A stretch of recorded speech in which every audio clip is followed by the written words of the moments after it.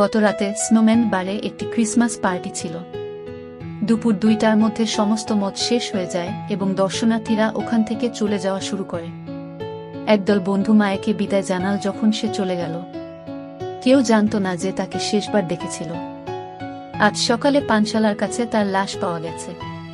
Police ঘটনাস্থলে পৌঁছেছে।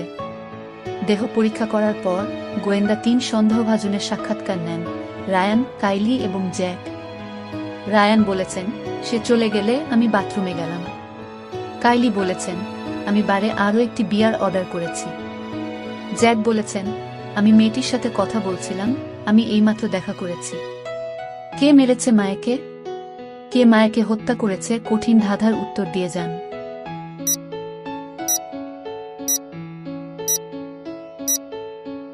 উত্তর, খুনি হলো কাইলি, কারণ বারে কোনো অ্যালকোহল অবশিষ্ট ছিল না, তাই কাইলি একটি বিয়ার অর্ডার করতে পারেনি।